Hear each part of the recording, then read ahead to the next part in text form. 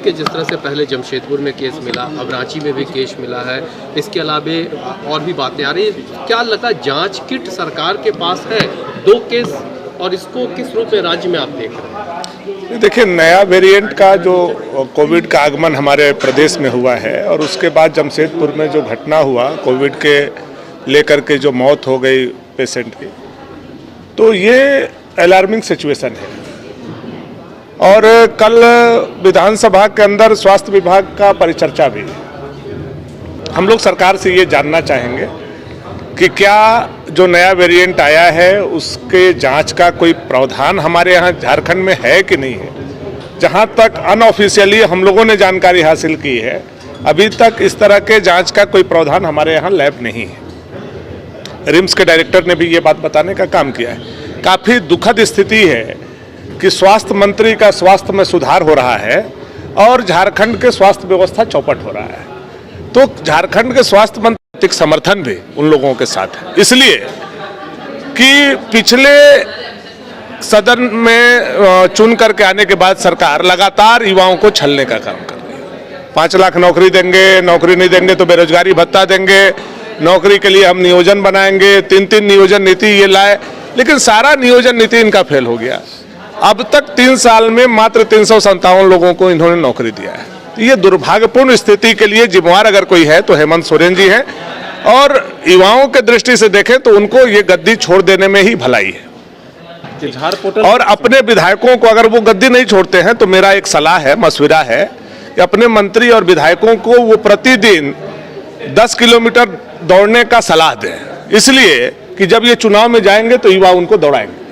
ये झार पोर्टल को किस रूप में देखते हैं? नैतिक समर्थन, यही आरोप झार नियोजन पोर्टल को किस रूप में देखते हैं? वो क्या है यहाँ के युवाओं के लिए? आप बताइए हमको कि अभी तक स्थानीयता का परिभाषा नहीं हुआ और आप 75% स्थानीय लोगों का प्राइवेट सेक्टर में नियोजन की बात करते हैं। स्थानीय है कौन? 1932 का है, 1934 का है, 1950 का है, 1960 का है, 1970 का है, 75 का है, 85 का है, 95 का है, 2000 का है, 2010 का है, 2021 का है या 2023 का है। यह तो सरकार अभी तक डिफाइन नहीं कर पाई है। इनका अभी तक डोमिसाइल जो है ये तय नहीं कर पाए हैं। तो ये तो पूरी तरह से फेलियर है। इनका नियोजन नीति पर भी ये फेल है और ये जो है स्थानीय नीति पर भी फेल है। अब ये बोलते हैं कि जो हमारा खतियान है वो हमारा स्थानीयता का पहचान है, तो उसको ताबीज बना के टांगेंगे क्या अगर उसके आधार पर नौकरी हमको नहीं मिलेगा तो?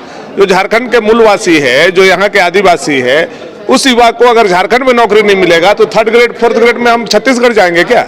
हम बिहार जाएंगे क्या? हम यूपी जाएंगे क्या? यहाँ के युवाओं के अधिकार को यह सरकार छीनने का काम कर रही है और ये जो पोर्टल इन्होंने बनाया है ये आंख में धूल झोंकने का काम है इनका।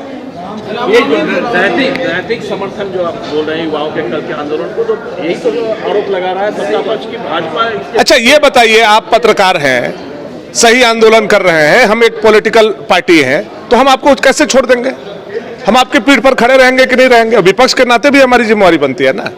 अगर आप सही डिमांड रख रहे हैं, सरकार से वाजिब मांग रख रहे हैं, आपका वो हक है, और हक के पीछे अगर हम खड़ा नहीं रहेंगे तो कल आप हमसे पूछिएगा कि हम लड़ाई लड़ रहे थे तो भाजपा कहाँ थे, तो हम क्या बोलेंगे? इसलिए नैतिक समर्थन युवाओं के साथ भारतीय जनता पार्टी। हजारीबाग में रामनवमी को लेकर के कई लोगों पर 107 का नोटिस दिया जा रहा है। देखिए, कोई 107 नहीं चलने वाला है।